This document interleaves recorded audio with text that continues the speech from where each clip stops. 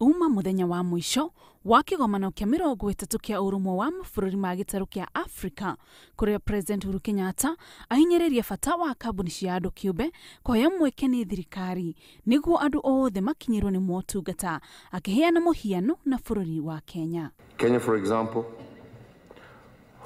working and largely also in conjunction with the private sector for the last 4 years,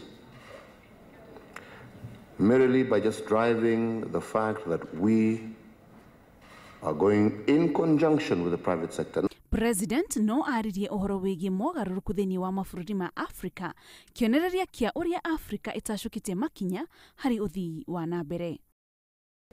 The reforms that have been undertaken in Africa over the last 10 years are incredible. Protection of investment and putting in place laws that ensure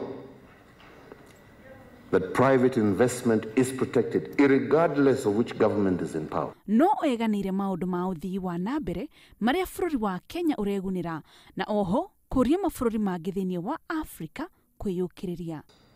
We have been able to move in Kenya over a 4-year period from about 28%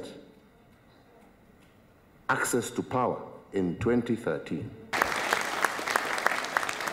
President ekwaragia bũrũri wa Ethiopia mbere ya acokete na mũciĩ.